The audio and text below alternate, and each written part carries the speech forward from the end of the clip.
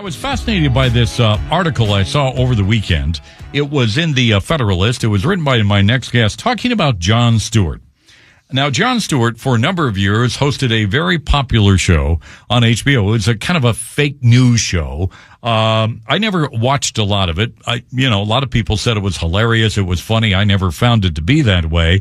But my next guest wrote an article about the generation that Jon Stewart kind of created or, educated them about the news. He said it's a generation of lazy, dishonest news watchers. And joining us on our Any Hour Newsmaker line to talk more about that is Dr. Eoin Lenihan. He is an independent educator and extremism researcher calling us from Germany. I think it's the middle of the night over there in Germany right now, isn't it, Dr. Lenihan? Yeah, good evening, Rod. It is. It's just after, 20 past midnight, but I'm used to it. It's great to be here with you. Well, we appreciate talking to you. Why did you write that? I never watched a lot of Jon Stewart, to be real honest, because I never thought it was that funny. I guess it tried to be, but apparently a lot of people thought it was. What are your thoughts on it?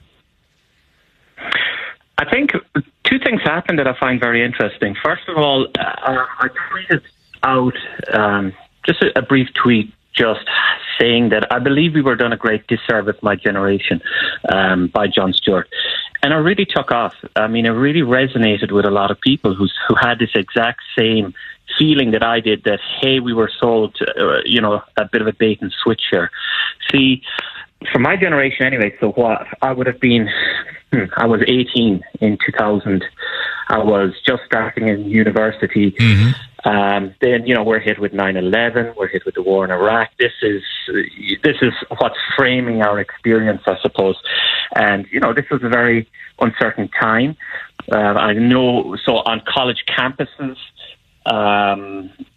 we were pretty fed up with the hyper-partisan media that was being forced down our throats. And then, this Jon Stewart comes along and he's promising us this witty, this smart, this funny take on the news that cuts through all the nonsense and gets straight to the heart of the matter in a non-partisan manner. And I mean, it really took off. I think, especially on college campuses, we would have people sitting around drinking coffee, really getting into what he was talking about the night before. This guy was popular. And at that time, I suppose, from 2000 to 2004, you couldn't really judge the man because, as I said, we were just happy to have a third way, to have something out of that mainstream media partisan situation.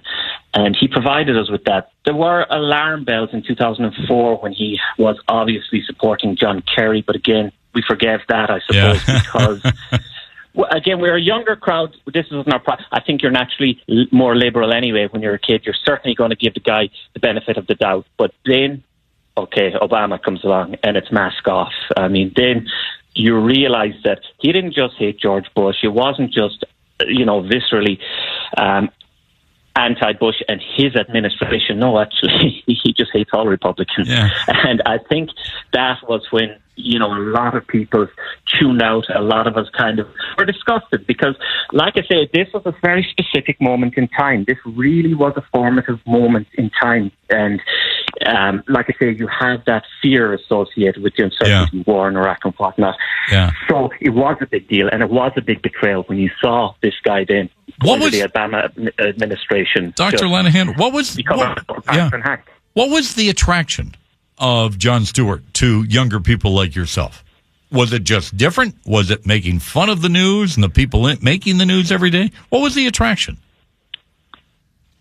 So one of the things that Jon Stewart, he'll still hide behind was that, hey, I'm just a comedy show.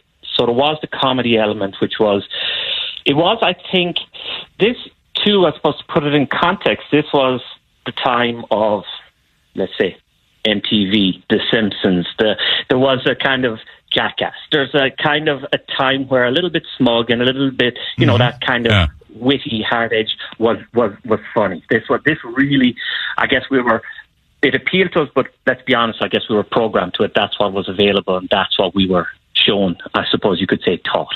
And I guess he fit into that milieu perfectly, and he harnessed that really well. Also, though, he had some very slick. He was a very slick presenter. I mean, this is before social media. This is before YouTube.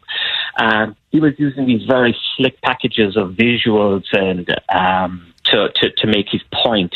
Now, again, if I step back as, a more mature man, you see how he was using these to very selectively, very selective use of video footage. It was all about being witty. It was all about being sad.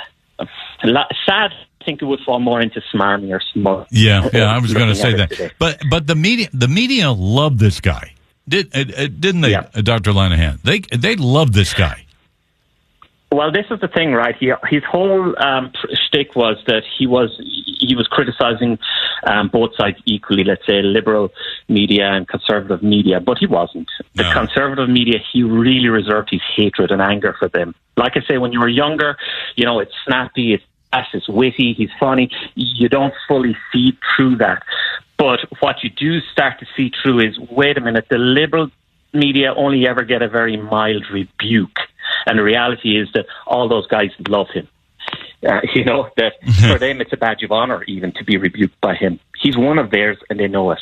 That anytime he actually criticizes, so I was going back through his latest series, The Problem With, it's called, and it's kind of disheartening now when you see the method and just how clockwork it is, that anytime he criticizes the liberal media, it's simply for not going far enough. It's for simply not agreeing with him on his very highly progressive political views. Whereas he doesn't even engage in criticizing the right-wing media. It's just crude, like hackery, crude attacks, really nasty attacks. It's very often foul-mouthed. I wrote the article about how he made a very crude comment about